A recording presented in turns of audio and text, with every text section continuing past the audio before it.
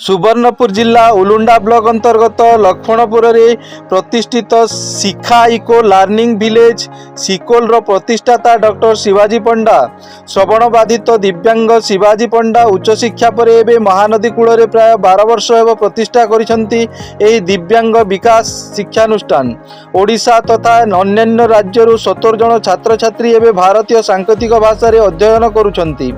तेबे आज डाक जोगे महामहिम राष्ट्रपति पाखरु पाइछंती एही निमंत्रण पत्र जो कि जनवरी 26 तारिख में पालित होगा साधारणतंत्र दिवस रे राष्ट्रपति भवन आसवाक आमंत्रण जणाइछंती निजे राष्ट्रपति। एमिति एक निमंत्रण पत्र पाई से होई पड़िछंती आत्मविभोर। तांक परि जणे साधारण मनीष को देशर महामहिम राष्ट्रपति डाकिथिबारु से उभय राष्ट्रपति और देश पाखरे कृतज्ञ बोली कहंती। जीवन रे एमिति एक सौभाग्य आसीबो बोली भावी नथिबा बेले राष्ट्रपति भवन रु सीधा सड़क दिल्ली डाकरा आमको गर्वित करिछि बोली कहिसंती शिवाजी पंडा।